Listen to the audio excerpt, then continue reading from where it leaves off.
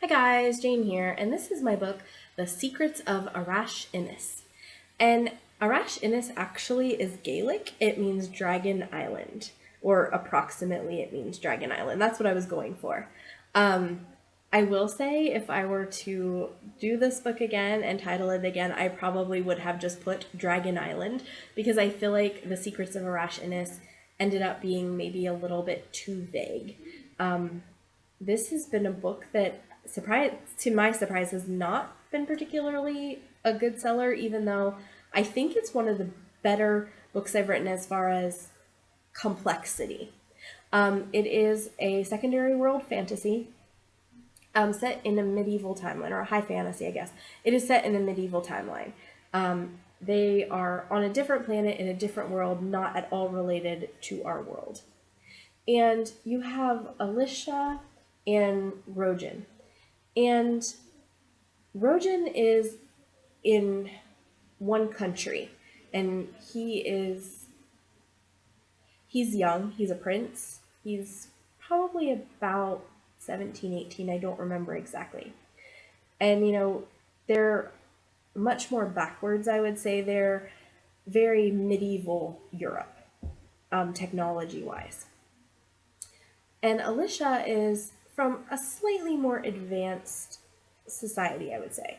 Um, she's probably closer to like Victorian England as far as culture and everything like that.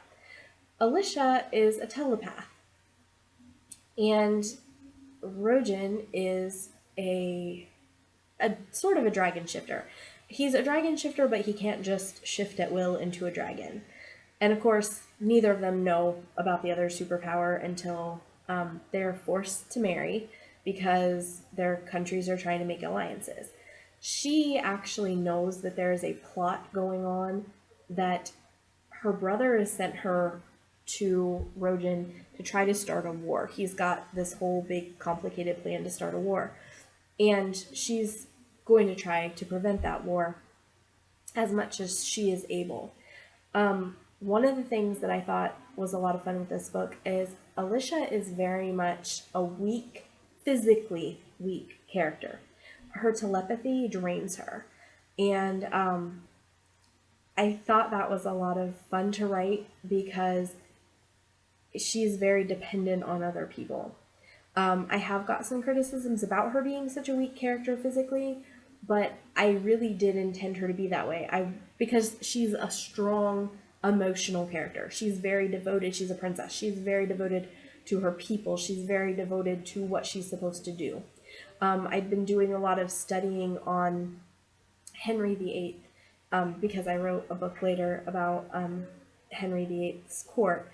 And one thing about Henry VIII that really struck me was, his wanting a son because he wanted to prevent war. He wanted, to make sure that the throne could be passed down without another war because he was that was just one generation ago that they'd been racked by civil war.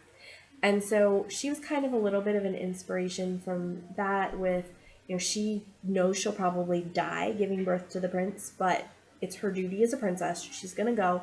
She's going to do it despite her frailties. That's what she's been told that she's going there for, and what, Rojan and his family has basically said. You're the princess, you'll give us an heir, and that's what is going to happen. Except that it's not, because he has to turn her into a dragon shifter too before she can give an heir to the kingdom. And obviously, she realizes that he's a dragon. He learns that she's a telepath. She can't read his mind, so she does kind of get some of her physical strength back because she gets to sleep. And it's a teen romance, happily ever after, very sweet, no on-screen intimacy. And I think this is the first book I'd written that didn't have any on-screen or on-stage sex. As a romance writer, I tend to write romance scenes, and this one is, I think, the only one I have that doesn't have any of those in there. One thing I love about the book is that Alicia is a complicated character, and I loved creating the worlds that she and Rojan came from. I also really took a lot of my experience as a night shifter in the things that I did to her. making her weak, making it hard for her sometimes to think and function. Um, I work third shift. I've been working third shift now for 3 years. And when you work third shift, you're basically exhausted all the time and you're a walking zombie. And, I try to get 6 hours of sleep a night, but that doesn't always happen. And especially during the period of time when I was writing that book, I think I was averaging 4 hours of sleep a night. My girls were in preschool, so they were still very young, and I still had a lot of mothering responsibilities, and I just wasn't getting sleep. And so I drew a lot of inspiration from that. Also, just I wanted to try something different, I wanted to experiment. I am so proud of the book, despite the fact that it doesn't sell well. I love it. I love the cover of it. I love the story in it. I love the characters. I love the world. This is one of the books that, I'm very proud of because I'd never created a complete new world before for a story. Um, in Educating Autumn, I kind of did, as far as, it was a dystopian and it was a futuristic book, so I did kind of in that, but I'd never done it to the degree that I did here, and I was so excited. One thing that I wish I would have done differently is this was intended to be a 3-book series, and I had 3 books like outlined. Well, I wrote the first one, and then especially when it didn't sell, I just kind of decided not to do the others, and it wasn't a cliffhanger ending or anything, and I may go back to it one day, but right now it's definitely low on my writing list. So I did, the next series that I tried to do, I wrote them all before, not before releasing the first one, but I wrote them all pretty early on so that they were. I think I had half of the last one done to do by the time I released the first one in my Barton series, which I'll tell you about at a later time. But yeah, I would have done that differently. I would have written all 3 and put them all together, because maybe if this had been a trilogy, it would have taken off and it would have done better. I have heard young adult is hard to sell though. So because it's kind of a young adult, maybe that's one of the reasons that people haven't been too nuts about it. But of all my books, I think this was the one that took the most work and challenge to write, and I'm really super proud of it.